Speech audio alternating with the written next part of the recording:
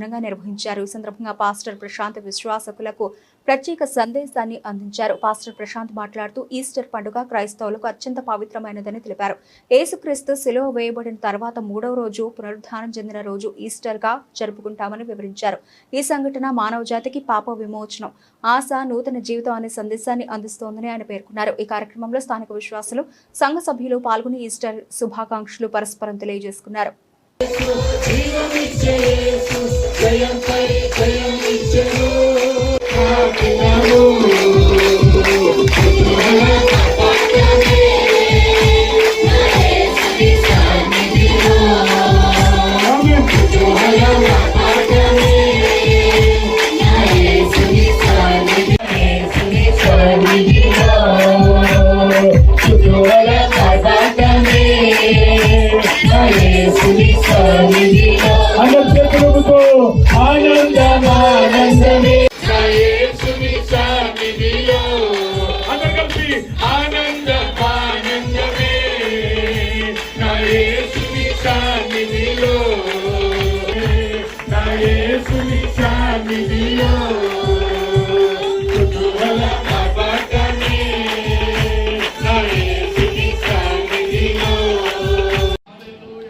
ప్రభువైన యేసు నామములో మన పటాన్చెరు, ఆర్సీపురం అన్ని సంఘాలు, అలాగే క్రైస్తవులు, అలాగే మన యొక్క మీడియా మిత్రులు, సహోదరులు, అలాగే మన యొక్క రాజకీయ నాయకులు, తర్వాత హైందవ సహోదరులు, ముస్లిం సహోదరులు అందరూ కూడా హ్యాపీ ఈస్టర్.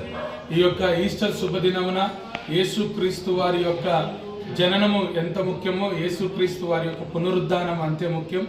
ఎందుకంటే యేసు ప్రభు వారు పాపం మీద మరి జయాన్ని సంపాదించి మానవ కళ్యాణం కొరకు మనిషి చనిపోతే నిత్య జీవం ఉండాలి, మోక్షం పోవాలి అనే ఉద్దేశంతో మరి మనం భగవంతుని దగ్గర నుంచి వచ్చినాం కాబట్టి మళ్ళీ భగవంతుని దగ్గరకు పోయే మార్గం ఏర్పాటు చేయడానికి ఆయన తిరిగి లేచిన రోజు ఈరోజు.